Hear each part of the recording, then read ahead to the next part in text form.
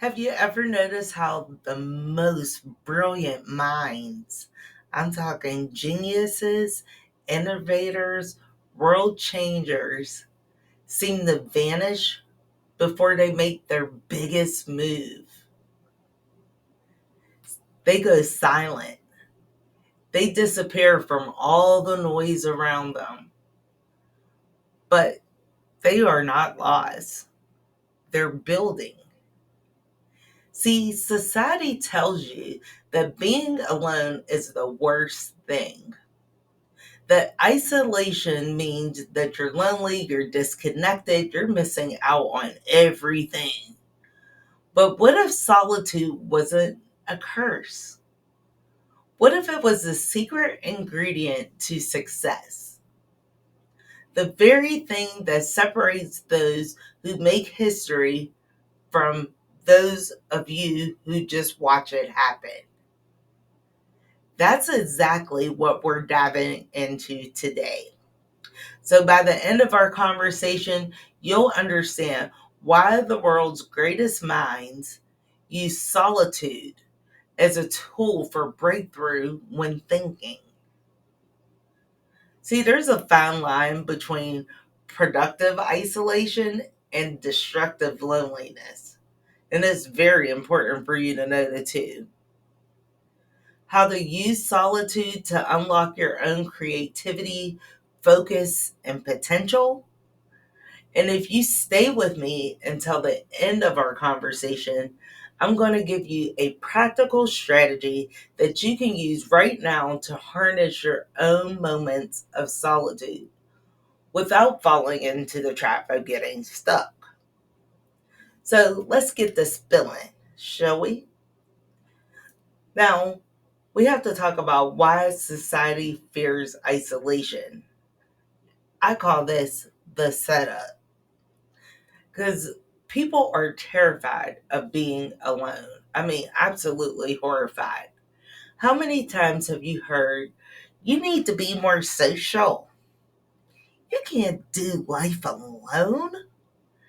You'll never make it without the right people around you. But let me ask you this. When was the last time you sat in complete silence with just you and your thoughts? I mean, no phone, no TV, no background noise. I mean, complete silence. For most people, it's been years. And the truth is, most people aren't even trying to avoid isolation, they're avoiding themselves. And that's where the magic of solitude actually comes into play. Now, there's a science of isolation and genius. See, solitude isn't about cutting people off, even though I will do that real quick. I'm sure I'm not the only one, but it's not about cutting people off. It's about tuning into yourself. Studies show that deep, uninterrupted thinking leads to several factors. One, higher creativity. You start making connections most people miss. Two, better problem solving. Your brain shifts into focus mode. Three, faster breakthroughs. Your ideas evolve without distractions. Think about it. Some of the greatest minds in history actively sought out solitude. Nikola Tesla isolated himself for years before his most groundbreaking invention. Steve Jobs, he took solo retreats to develop ideas that reshaped the world. Maya Angelou, she locked herself in a hotel room just to write without distractions. See, they were not running away. They were running towards something. So you have to ask yourself, what could you create if you gave yourself time to truly think? What ideas have been buried under the weight of distractions? Because solitude is not about being alone. It's about making space for what's possible. The isolation trap, when being alone works against you. Now let's talk about the flip side, okay? Not all isolation is productive. Not all of it. Some people use solitude to grow. Yes, that's true. Others, they just get stuck in it. They get totally stuck in isolation for the wrong reasons. So let's break it down on how isolation can just go straight wrong. I'm talking overthinking. Instead of getting clarity, you just spiral into doubt. Lack of feedback, no one to challenge your ideas, so they never evolve. I could give you some examples, but I won't. You can figure this one out. No execution. See, you get trapped in the planning phase, but you never take action. So the difference, intention. Solitude isn't about escaping, it's about sharpening your vision.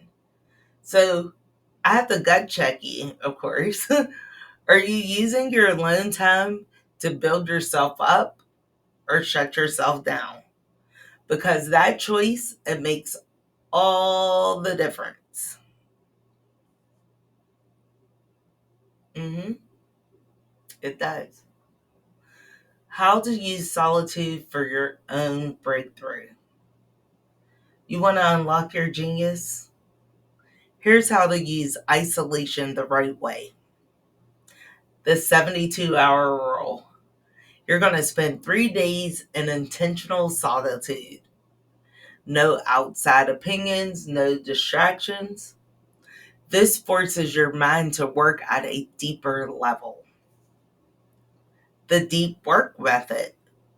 Block 4 hours a day with zero distractions, no social media, no small talk, just focused execution. Solitude sprints. You're going to step away from the noise strategically. Take breaks from social input without disconnecting completely. Silent hours daily. Your environment shapes your success. Control your space, control your outcome. Because let's be real, most people drown in distractions. But the ones who learn to master the silence, they're the ones who change the game. Point blank, period. So your challenge is this. You have to ask yourself this question first. Have you ever given yourself real, uninterrupted solitude? I'm talking about without a screen, without a distraction. It's just you and your lonesome. If not, why? And if you have, what did you learn? Drop a comment. Let's talk about it. And if this conversation hit home for you, you need to check out Stop Putting It Off, your Glow Up Over 40, because it starts now. That video will show you exactly how to stop waiting and how to start stepping it up to the next level. Please like, share, and subscribe because tomorrow we're going even deeper. Until next time, please keep sipping and let that tea brew into action.